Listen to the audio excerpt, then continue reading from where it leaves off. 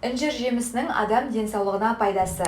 Аспириннің орнына тұтыныңыз. Інжірдің құрамындағы эфир майы қан құрамын жүйелендіріп, оның қоюланып кетуіне жол бермейді. Ыстықты қайтаратын дәріні ішудің қажеті жоқ. Оның орнына күніне бір інжір жеп тұрсаңыз болғаны. Ми жұмысын жақсартады. Інжірді шығармашылықпен айналысатын жандарға жеген жақсы.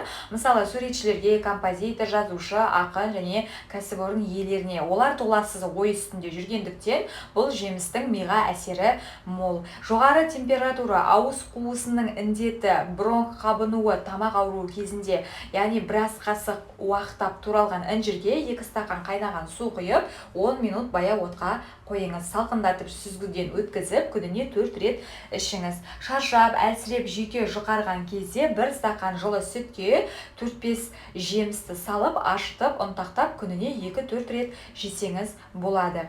Несеп, тас ауруы, цистит және де несеп төгу кезіндегі аурулардың алдын алады. 3-5 інжірді 200 мл қайнаған суға салып, 5 минут баяу отқа қойыңыз. Кейін жақсылап езіп, тамақтан тыс уақытта тұтыныңыз. Інжір қосылған жалпы әлдендіретін салат. Егер бутерброд пен жұмыртқаның орнына күндіз інжір қосылған салат жесеңіз, көпке дейін қарныңыз ашпайды және де жүрегіңізге де жеңіл болады.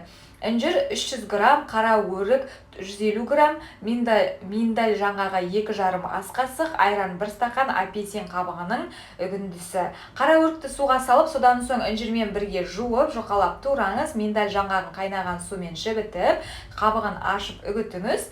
Барлығын араластырып, апельсин қабығының үгіндісін сеуіп, үстіне айран құйыңыз.